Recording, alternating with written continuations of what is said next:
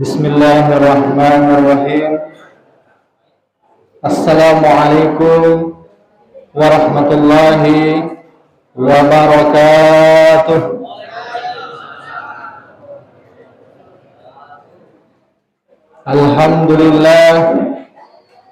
Alhamdulillahilladzi waqafa wassalatu wassalamu ala nabiyil mustafa wa ala alihi wa sahbihi wa mawalah. Asyhadu an la ilaha illallah wa asyhadu anna Muhammadan abduhu wa rasuluh. Ballagha risalah wa addal amanah wa nasahal ummah wa jahada fillahi haqqa jihadih hatta atahul yakin. Tarakna ala mahabbatil bayda lailaha kanahariha la yazi'u anha illa halik. Qala Allah Ta'ala fi kitabihil karim, a'udzu billahi minasy syaithanir rajim. Bismillahirrahmanirrahim. Ya ayyuhalladzina amanu kutiba 'alaikumus shiyam kama kutiba 'alal ladzina min qablikum la'allakum tattaqun. Wa qala Rasulullah sallallahu alaihi wasallam, kam min sha'imin laisa lahu min shiyamihi illa ju'i wal 'atas. Hadirin jamaah tarawih yang dirahmati Allah Subhanahu wa taala. Pertama-tama baiklah berdirinya kami di sini untuk membacakan susunan acara Safari Ramadan kita di Masjid Nurul Ikhlas dengan susunan acara sebagai berikut. Acara yang pertama yaitu pembukaan, acara yang kedua sambutan. Yang pertama sambutan dari pengurus Masjid Nurul Ikhlas yang insyaallah akan disampaikan oleh Bapak Supardin. Sambutan yang kedua yaitu sambutan dari Bapak Kepala Desa Sumberjaya. Dalam hal ini yang akan disampaikan oleh Bapak Aziz Ashar. Acara yang ketiga yaitu ceramah agama ataupun tausiah. Dalam hal ini yang akan disampaikan oleh Fadilatul Ustadz Asep Pujianto SPDI. Acara yang keempat yaitu doa.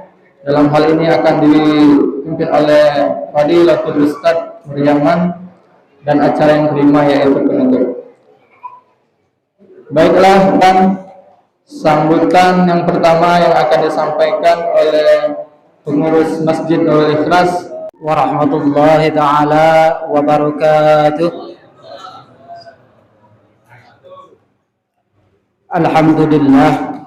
Alhamdulillahilladzi an'ama ala kulli ni'am. Asyhadu an la ilaha illallah wahdahu la syarika lah, wa asyhadu anna Muhammadan abduhu wa rasuluh. Allahumma fassalli wa sallim ala sayyidina Muhammad wa ala alihi wa sahbihi ajma'in. Amma ba'd. Alhamdulillah kita bisa bersilaturahmi di masjid kami ini, di Masjid Nurul Ikhlas ini, dijadikan saksi oleh Allah Subhanahu wa taala. Kelak kita semuanya akan dikumpulkan dalam raudhatun min riyadil jannah. Amin ya Allah ya rabbal alamin. Kepada para keluarganya, kepada para sahabatnya, kepada para atba'ut tabi'in, dan mudah-mudahan kita semuanya tergolong umatnya dan akan mendapatkan syafaat yang agung di dunia wal. Ibu-ibu jamaah tarawih yang saya hormati, Jaya, alhamdulillah telah hadir di tengah-tengah kita. Hadirin jamaah salat tarawih yang saya hormati, mungkin dari kami sebagai pengurus Masjid Nurul Ikhlas di sini kami menghaturkan ribuan terima kasih kepada para peserta Safari Ramadan yang telah hadir di tempat kami ini. Namun di balik itu juga kami mohon maaf yang sebesar-besarnya kepada para peserta Safari Ramadan. Mungkin kedatangan para bapak-bapak hadirin semuanya dalam penyambutan tamunya kurang sopan, ada kekurangannya, banyak kekurangannya. Kami mohon maaf yang sebesar-besarnya. Atas diri pribadi kami mohon maaf kepada seluruh peserta Safari Ramadan dan kepada seluruh jamaah Masjid Nurul Ikhlas apabila kami ada kekurangan di dalam penyambutan ini.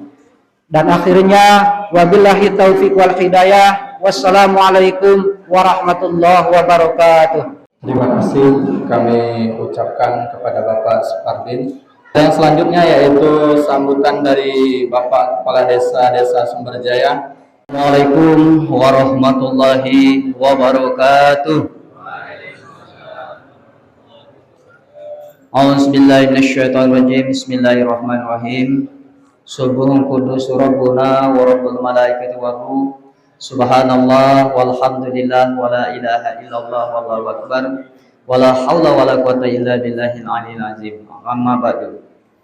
Yang sama-sama kita muliakan para alim, para ulama, juga yang saya muliakan tentunya takmir pengurus Masjid Nurul Ikhlas, juga beserta imam-imam masjid, terkhusus imam Masjid Nurul Ikhlas Fadilatul Ustadz Nur Yaman, Fadilatul Ustadz Haji Abbas Nawawi, juga yang saya muliakan guru-guru kita hadir di tengah-tengah kita, juga para ustadz ustazah hadir di tengah-tengah kita, guru kita yaitu beliau Bapak Kuswantoro, Sarjana Pendidikan Islam, Kepala Madrasah Sanawiyah Darut Taqwa, juga yang saya muliakan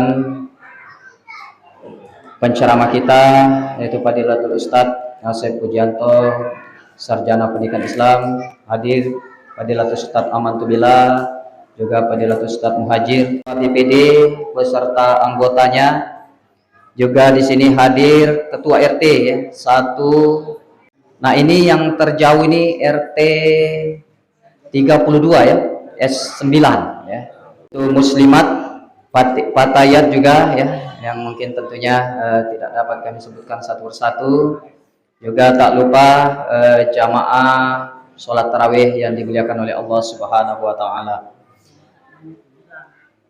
Pertama-tama puji syukur atas kehadirat Allah Subhanahu wa taala dengan ucapan alhamdulillahirabbil alamin ke-14 ya tarawih kita, dan insya Allah puasa kita 14 esok hari ya. Mudah-mudahan puasa kita, tarawih kita yaitu diterima di sisi Allah Subhanahu wa taala. Amin ya Rabb. Selanjutnya terima kasih kepada pembawa acara. Juga kami datang ke sini pertama-tama mengucapkan syukur alhamdulillah tahun ini kita masih dipertemukan oleh Allah Subhanahu wa taala, yaitu bulan yang penuh berkah, bulan penuh mulia ya. Dan alhamdulillah tentunya kita sangat bersyukur sekali ya bisa ketemu bulan ini dan juga dijauhkan dari segala bala dan penyakit yang mana kemarin ya sempat kita diuji. Dan juga pada kesempatan yang berbahagia ini kedatangan kami juga tentunya ingin menambah semangat Bapak Ibu ya, karena di bulan Ramadan ini semakin dekat ya, semakin dekat akhir Ramadan ya, mungkin bapak-bapak sudah capek, ibaratkan estafet lari itu sudah hampir separuh finish ya. Ini sudah perjalanan finish. Tentunya banyak sekali godaan-godaan. Dengan adanya mungkin tausiah nanti ya, mudah-mudahan menambah semangat lagi kita menjalankan ibadah-ibadah kita di bulan puasa ini. Di samping itu juga kami pemerintah desa tentunya di dalam pelayanan kepada Bapak Ibu tentunya jauh dari kesempurnaan, masih banyak sekali kekurangan-kekurangan. Tentunya itu kami segenap pemerintahan juga BPD mewakili mohon maaf yang sebesar-besarnya. Bapak Ibu yang dimuliakan oleh Allah Subhanahu wa taala, juga kami menginformasikan mudah-mudahan setelah mungkin selepas Ramadan ini, mungkin di bulan Syawal, insya Allah kita akan mengadakan perekaman EKTP ya. Karena banyak sekali kita ini, identitas kita ini banyak yang bermasalah Bapak Ibu ya. Setelah di sensus ya, didata oleh nanti untuk pemilihan umum ya, tentunya banyak sekali yang tidak sinkron. Bahkan sampai kemarin itu datanya lebih 200 kakak yang tidak beralamat. Jadi RT 00, dusun kosong ada. Ini artinya tembak kuda ya. Ada yang minta tolong ya, ya itulah tadi Pak ya, tanpa melalui proses. Jadi ya dibuatkan ya. Nah ini yang perlu kita perbaiki Bapak Ibu, karena ini suatu kerugian kita ya apabila nanti pemilu ya kita tidak memilih, karena itulah wakil kita ya yang insya Allah akan membantu terutama desa kita. Nah ini yang perlu kita perbaiki. Yang dapat kami sampaikan sekali lagi terima kasih kepada segenap pengurus masjid dan juga PHBI ya, Masjid Nurul Ikhlas ini yang alhamdulillah sudah menerima kami tentunya sekali lagi, dan mohon maaf tentunya biasanya setelah selesai tarawih, namun kali ini mungkin terganggu sedikit, tidak apa-apa Bapak Ibu ya. Nah, ini sekali-sekali ya, dan mudah-mudahan ya doakan bersama-sama ya, kita saling mendoakan mudah-mudahan kita diberikan kesehatan dan bisa menyempurnakan ibadah puasa kita dan tarawih kita pada tahun ini, yaitu tahun 1444 Hijriah. Itu saja mungkin yang dapat kami sampaikan, kurang dan lebihnya kami mohon maaf yang sebesar-besarnya, dan kepada Allah kami mohon ampunannya. Wabillahi taufiq wal hidayah. Wassalamualaikum warahmatullahi wabarakatuh. Terima kasih kepada Bapak Kepala Desa Sumberjaya. Acara yang selanjutnya yaitu ceramah agama ataupun tausiah. Dalam hal ini yang akan disampaikan oleh Al-Mukarram Fadilatul Ustadz Bapak Asep Pujianto SPDI. Assalamualaikum warahmatullahi wabarakatuh. Bismillah, alhamdulillah, wassalatu wassalamu ala rasulillah Sayyidina wa maulana Muhammad ibni Abdillah, la haula wa la quwata illa billah, amma ba'da. Hadratul Muhtaramin, para alim, para ulama, pemerintah desa yang kami hormati, Bapak Kepala Desa, serta seluruh pengawalnya. Pengawalnya? Jadi nggak usah saya sebut kadus, BP nggak usah, pengawal gitu kan. Baru-baru ini ada kades di kawal, ini di sini. Yang kami hormati Imam Masjid Nurul Ikhlas, Ustadz Nur Yaman, serta seluruh jajaran pengurus, para imam masjid musola, pengurus Nahdlatul Ulama, juga yang kami hormati orang tua kami, Bapak Kuswantoro SPDI, bapak-bapak, ibu-ibu yang dimuliakan Allah Subhanahu wa Ta'ala. Alhamdulillah, kita dalam keadaan sehat pada hari yang ke-13 berpuasa ini, kita masih bisa menjalankan ibadah sholat tarawih. Lebih-lebih di Nurul Ikhlas ini termasuk luar biasa. Ternyata bukan masjidnya yang kebesaran, tapi jamaahnya yang kebesaran. Itu artinya PR bagi Bapak Supardin bahwa masjid ini butuh lebar. Ya, karena saya tadi datang terlambat, Pak. Saya datang lambat, kebagian saya ketinggalan 1 rakaat. Jadi saya terkejut tadi ketika masuk gerbang, wah jamaah perempuan sampai teras penuh nih. Ada yang terlambat juga perempuan tadi 3 barengan saya, cuma nggak nyapa saya. Jadi saya nolongnya baik. Saya terkejut tadi pas masuk, terkejutnya, loh saya mau masuk lewat mana? Ya. Cuma saya teringat, oh di samping ada pintu, saya bisa masuk samping. Seandainya samping tidak ada pintu, maka saya akan balik. Kenapa? Karena saya kalau sholat di belakang ibu-ibu saya tidak bisa, tidak jadi sholat. Itulah yang dipertanyakan oleh kawan-kawan kita, bagaimana menyusun barisan sholat dalam menempatkan satir di belakang atau dipisah. Itu Bapak Ibu. Awal mulanya sebenarnya penyusunan soft itu adalah laki-laki, anak-anak, bencong, ngerti bencong ya? Kalau ada orang bencong, baru perempuan. Susunan awalnya begitu.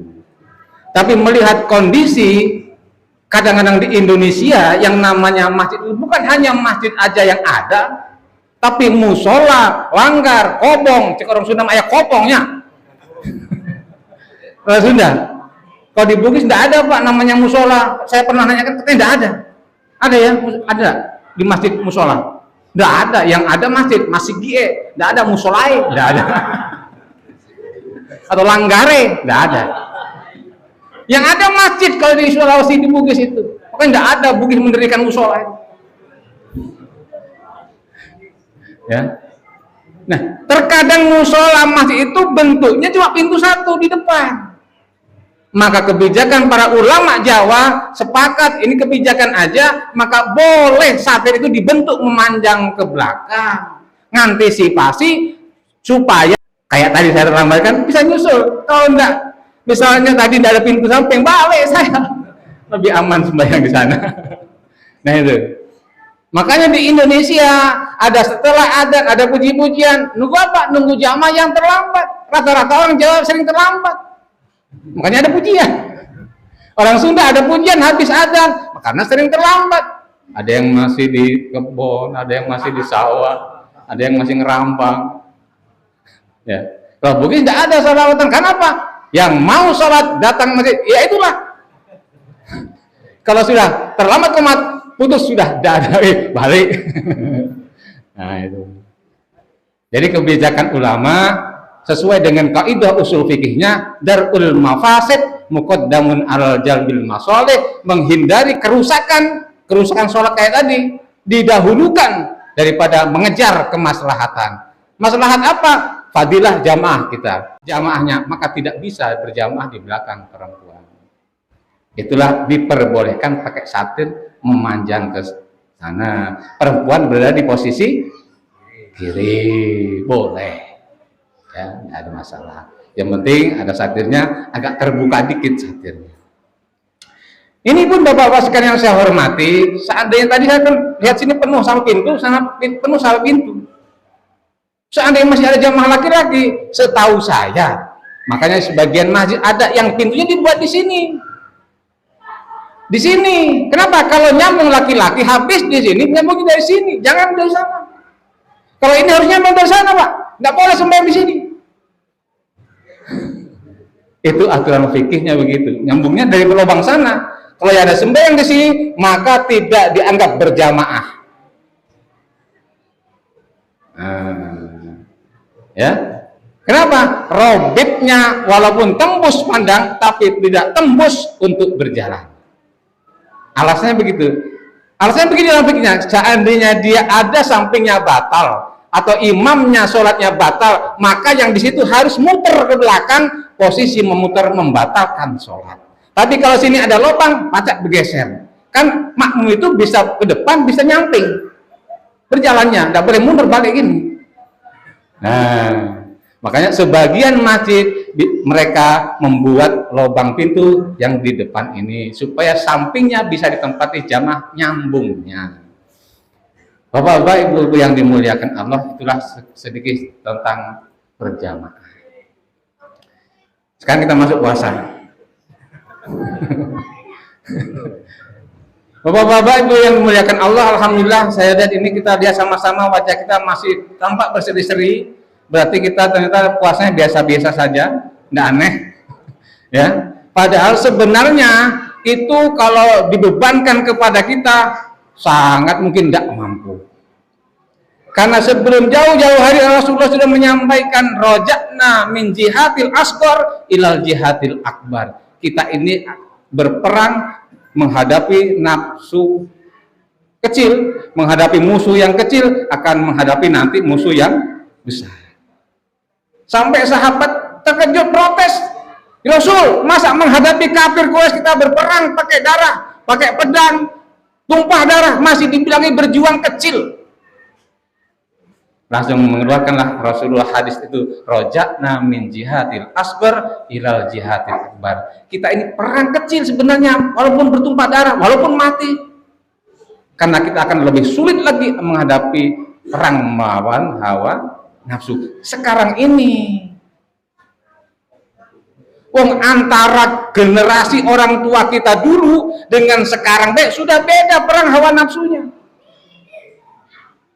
Coba ibu bapak, berat sekarang Bu, lebih berat sekarang. Ya Allah Bu, Pak, kalau dulu kita mengenal goreng pisang, cuma pisang digoreng, kadang nggak ada bungkusnya. Ya Allah, sekarang pisang berjenis-jenis, ada pisang goreng dibungkus tepung yang ketek model lainnya, ada pisang coklat, ada lagi bicok ubi coklat. Yang nggak punya modal, nggak punya pisang pakai ubi dibungkus, yang penting ada coklatnya, bicok. Ya, macam-macam gorengan. Kalau dulu kan enggak. Makanya sekarang banyak orang sakit gara-gara makan. Kalau dulu itu sudah dipastikan. Ya. Makanya perang hawa nafsu ini, kalau kita perhatikan ya, yang jelas itu nanti kalau sudah masuk jam 8, jam 9 sudah kelihatan lemes, pucet semuanya itu. Ada yang gelimpang sana, gelimpang sini. Wah, itu lagi perang hawa nafsu, Pak. Jangan dimarahin, biarin baik.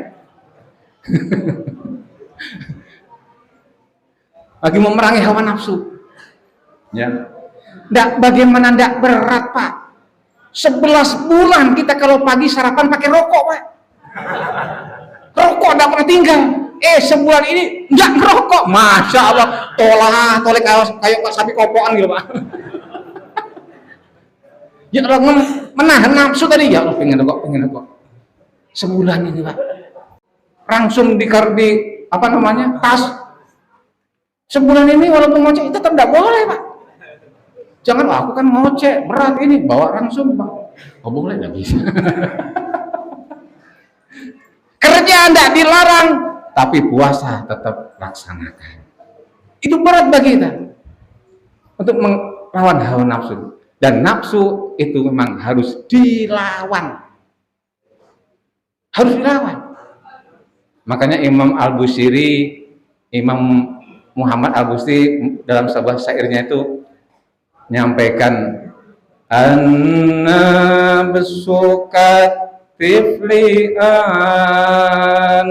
tumila sambuala hubbir radai wa an tudrimu yotimu. Nafsu itu kayak anak kecil, kayak bayi yang masih netek. Kalau bayi, anak kecil ini dibiarin netek terus, saya yakin sampai aliyah masih netek.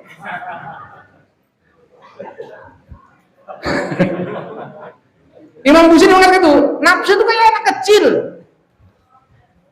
yang sedang menetek. Kalau dibiarin dia gak disapi paksa.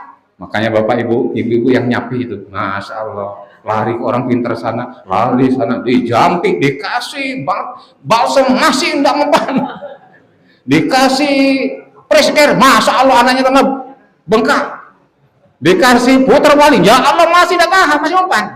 Apalagi ini obatnya nyapi ini. Semua cara dipaksa untuk menyapi supaya tidak netek lagi lewat umur 2 tahun. Ya, itulah sifatnya nafsu kayak anak kecil. Bahkan sebagian ulama menyampaikan nafsu itu kayak anak kecil. Sifatnya, ciri-cirinya, kalau nafsu itu sifat anak kecil, itu anak kecil itu dia tuh punya sifat kepengenan, banyak keinginannya. Lihat ini pengen, lihat itu pengen, lihat asana pengen, semua pengen. Mau lebaran yang tua masih pengen beli baju baru, anak kecil itu. Ada enggak? Ya. Kadang sudah punya istri warna putih, masih pengen cari yang hitam. So, itu kayak itu, sifat ciri-ciri itu, kepengenan.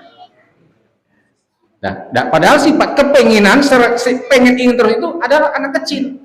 Nah, tinggal kita sekarang ini. Ya. Besar enggak kepengenannya? Makanya Allah memberikan satu resep melalui ibadah puasa. Dan ini yang kadang-kadang kita tidak rasa, Bapak Ibu. Allah memberikan puasa, kita diberikan jamuan lauk yang sama. Itu hebatnya ibadah yang lain. Dibanding ibadah yang lain, puasa itu kelebihannya adalah diantaranya Allah memberikan lauk yang sama. Yang sama, semua orang bisa. Yang semua orang mengatakan semua enak. Kalau tidak puasa, kata orang ini lauk kambing enak. Tapi sebagian mengatakan, oh enggak, aku enggak suka.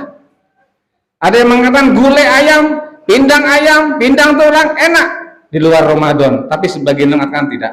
Coba kalau Ramadan, Allah berikan lauk yang namanya enak dengan cara memberikan lapar. Kalau kata Pak Kades, ayam itu biasa Pak Kades itu. Tiap hari ayam, karena dapat undangan terus. Coba kalau puasa, sediain ayam, habis tetap. Karena lapar. Itu Pak Kades, apalagi yang tidak pernah makan ayam. Walaupun puasa menunya ini bakwan, kalau yang lain tidak ada, habis itulah. Nah sekarang coba yang habis makan nih, dari buka tadi sampai sekarang udah makan. Nah cuma dilihat baik. Coba tadi kalau ini tadi pas buka puasa, nah dari incer semua, jeruk, anggur, antem, awas kau. Lihat bakwan, ya Allah enak. Lihat pisang hijau, ya Allah, akhirnya dibeli semua Bu.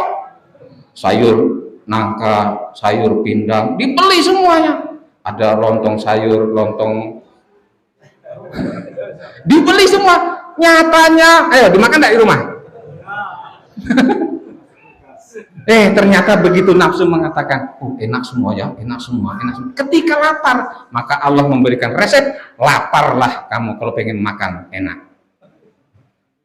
Pernah Pak Aman menyampaikan pesannya dari Kiai Al-Mudaris, kalau pengen makan enak, makanlah ketika engkau lapar. Kalau pengen tidur enak, tidurlah ketika engkau ngantuk. Maka akan merasakan enak. Walaupun katanya itu sayur bening nggak enak, remeh, itu punya orang nggak punya itu Tapi ketika lapar jangan coba-coba sayur bening, akan jadi keruh dia.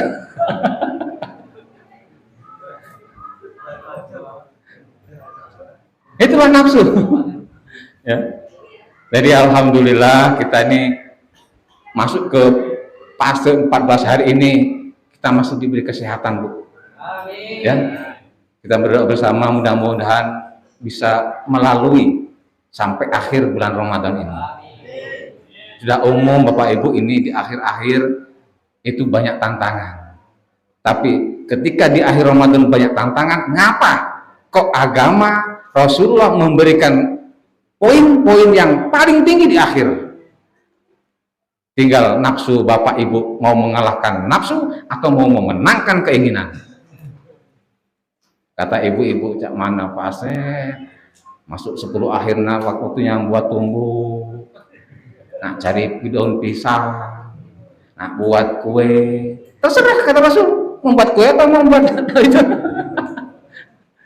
Padahal di akhir 10 akhir, ayo istri bangunkan etika. Ya, yang biasa tidak sembahyang malam, suami bangunkan istri, bukan istri bangunkan. Ya, di akhir Ramadan semakin besar pahalanya di akhir Ramadan itu. Ya, itulah tadi disampaikan oleh Rasul dalam hadisnya. Mungkin karena kita termasuk golongan itu. Ya, apa pesan Rasul dalam sebuah hadisnya? Lau ta'lamu ummati, kalau umat ikut tahu ma fi Ramadan, ada apa di dalam bulan Ramadan, ada rahasia apa di dalam bulan Ramadan, latamannau antakuna sanatu kullaha Ramadan, mesti mereka akan membuat semua bulan menjadi bulan Ramadan. Maka pertanyaannya sekarang adalah, mengapa sudah dikasih 1 bulan Ramadan masih sama kayak bulan-bulan biasa di luar Ramadan? Berarti jawabannya adalah karena kita tidak mengetahui rahasia-rahasia di bulan Ramadan. Kata Rasul, kalau Ramadan tarawehnya itu pahalanya besar nian, masih cuma hari kedua, hari ketiga, 27 hari lewat tarawehnya. Kata Rasul, kalau orang yang di bulan Ramadan banyak orang baca Quran, siang malam baca Quran, tidak bisa di masjid, di rumah, tidak bisa khatam, ya 1 juz, nggak bisa 1 juz, 1 lembar, nggak bisa selembar, seayat, nggak bisa seayat, sehuruf. Bisa kan Pak ya, sehuruf ya? 1 huruf kalau istiqomah dalam sebulan berarti 30 huruf. Hitung, Bu. Hari pertama non, besok malam kedua lagi non. Hari ketiga non, berarti 30 hari adalah 30 non. Lumayan daripada enggak. Ya kan minimal 1 ayat. Makanya jangan dicela, imam kok baca waladhdallin amin, non, Allahu akbar. Boleh. Ya. Jadi kata Rasulullah di bulan Ramadan perbanyak baca Quran, apalagi dalam hadis lain mengatakan al jannatu mustaqbilun ila arba'ati nafarin, surga merindukan 4 orang, 4 golongan orang. Yang pertama talil Quran, orang yang sering membaca Quran. Pertanyaannya, mengapa sudah dikasih Ramadan masih banyak membaca Quran? Berarti kita masih tidak mengetahui rahasia di dalam bulan Ramadan. Pak, tidak bisa baca Quran. Bagaimana supaya bisa? Hah? Belajar. Ya sudah tahu. Yang bagus itu belajarnya sebelum masuk bulan Ramadan. Ketika perang dimulai start hari pertama, sudah siap baca Quran, perang, mendapat pahala. Kata Rasulullah di bulan Ramadan perbanyak sholat malam. Minimal tarawih termasuk sholat malam itu full. Kalau nggak bisa nanti bangun malam. Ya kan? Bapak gimana nggak bisa sholat? Jawabannya adalah belajar. Saya yakin bapak-bapak, ibu-ibu, banyak orang yang tidak mau sembahyang itu diantaranya jawabannya adalah tidak bisa sholat. Contohnya aja yang gampang, sewaktu pandemi kemarin yang digembor-gemborkan oleh Pak Kades karena beliau adalah bersaudara dengan pandemi. Ibu Pak Kades ini pandemi sudah aman-aman, beliau masih nasihati, hati-hati dengan corona. Beliau memang saudaranya corona. Kalau kita baca-baca Bu ya, ini kan Pak Kades sudah mau akhir jabatan ya. Pak Bupati juga mau akhir jabatan, itu kalau Pak Bupati safarinya itu kan pamitan gitu kan ya, atau maaf, ini enggak pamitan ini. Corona itulah ya, karena memang beliau itu sudah dekat dengan corona itu. Ya, sholat. Dulu waktu rame-ramenya corona, siapa yang paling ribut gara-gara ada corona? Nggak ada ustadz ribut. Ada nggak ustadz ribut? Adakah imam masjid ribut? Saya mau tanya ini, ada nggak? Nggak ada. Apalagi dukung pemerintah, program pemerintah nggak ribut, ustadz nggak ribut. Kenapa kok nggak ribut? Karena bisa sholat dewe. Allah memberi kesempatan sholat dewe kamu sekarang lagi musim corona. Sholat Idul Fitri dewean kamu sekarang. Nggak ribut kan? Aku dengan Pak Aman, Pak Yunus di sini yang semua di sini nggak ada. Aman sholat dewean di rumah. Mau cepet, mau nggak sholat terserah. Ya. Nah, setelah kita temukan di antaranya jawaban ada beberapa orang, mengapa Pak nggak mau sholat tarawih? Nggak bisa Pak Asep saya itu. Berarti kita ini terlena di dalam saat sholat berjamaah. Senang berjamaah, tapi tidak mau baca. Ada enggak? Seumur-umur sholat, tidak ngerti bacanya. Berarti pertanyaannya, waktu sholat berjamaah itu baca apa enggak kok? Sekarang disuruh perai kok nggak bisa? Nah, itu kan? Fatihah, masa enggak bisa?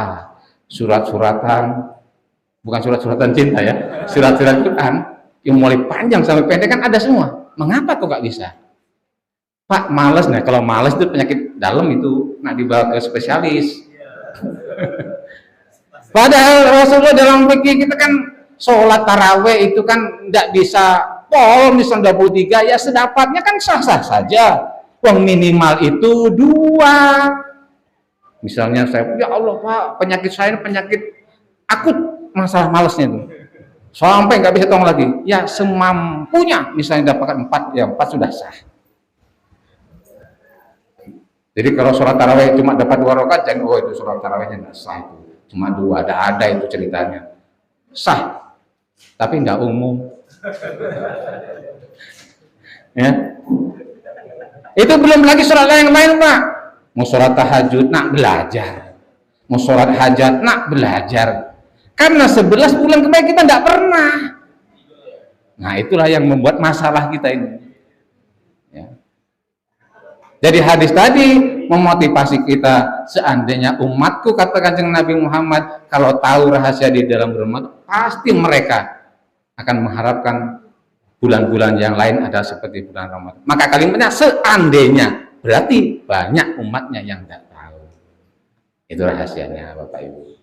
Bapak Ibu yang dimuliakan Allah. Oleh karena itu, mari kita bertahan. Namanya orang perang, yaitu tadi sakit, capek, lesu, mungkin juga lesu pikiran, nak ngorbankan yang seharusnya full kerja seperti hari biasa, kita korbankan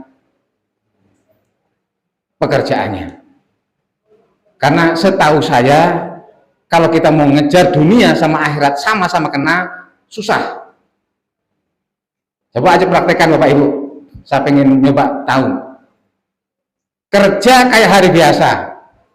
Puasa, iya puasa. Malamnya terawih full. Habis terawih tadarus sampai jam 12. Habis jam 12 sembahyang sebentar, tidur sebentar deh, gak usah banyak, 1 jam. Sholat tahajud, sholat hajat, sholat obat. Kira-kira mampu dah?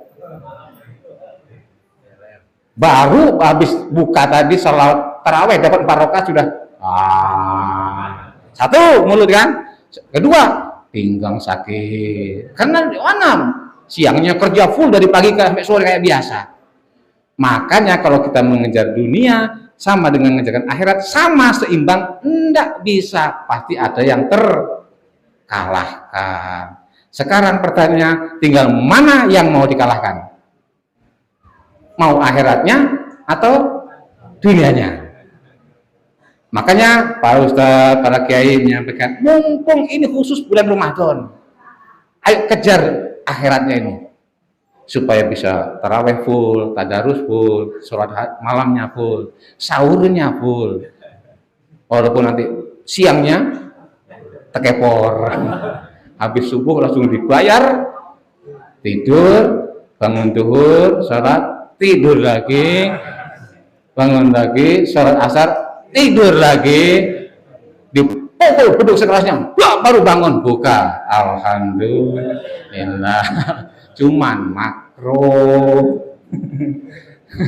Jadi puasa kebanyakan tidur itu makro, tapi boleh, enak ya.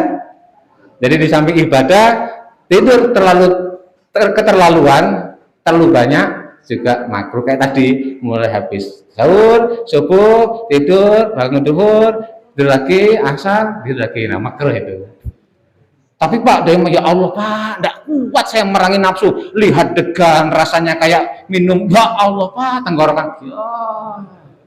Nah daripada tidak kuat, ya apa boleh buat, tidur itulah lawannya. Ya, daripada yang wajibnya rusak, tidak apa-apa, mungkin kemampuannya baru target sampai mengerjakan makruh itu.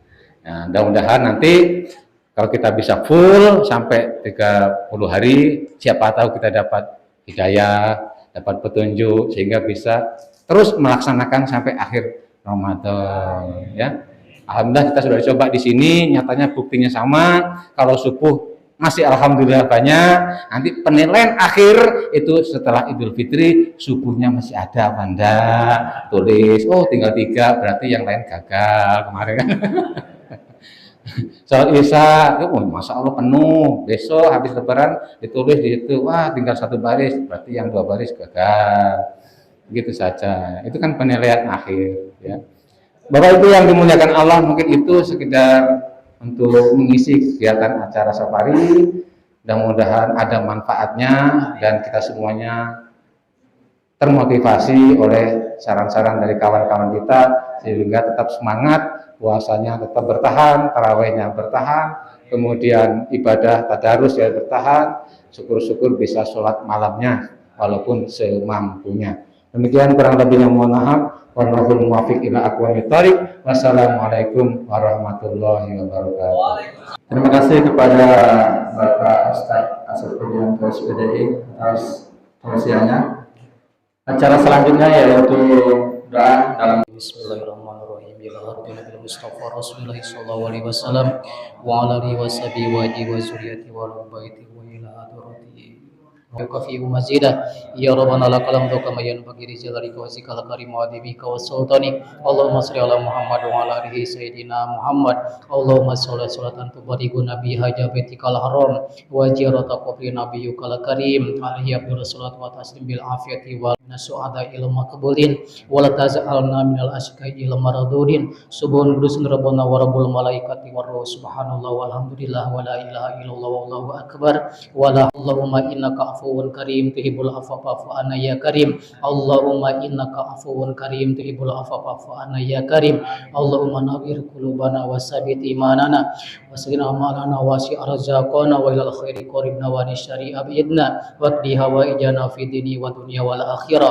ربنا تقبل منا إنك أنت السميع العليم وتب علينا إنك أنت التواب الرحيم ربنا آتنا في الدنيا حسنة وفي الآخرة والسلام على المرسلين والحمد لله رب العالمين taqabbalallahu minna wa minkum taqabbal ya. Acara selanjutnya yaitu menutup. Marilah kita tutup acara kita pada malam hari ini dengan bersama-sama melafazkan Alhamdulillahirabbil alamin. Kami selaku pembawa acara, apabila terdapat kesalahan ataupun kekurangan, kami mohon maaf yang sebesar-besarnya. Dan kami akhiri, wabillahi taufiq wal hidayah. Assalamualaikum warahmatullahi wabarakatuh.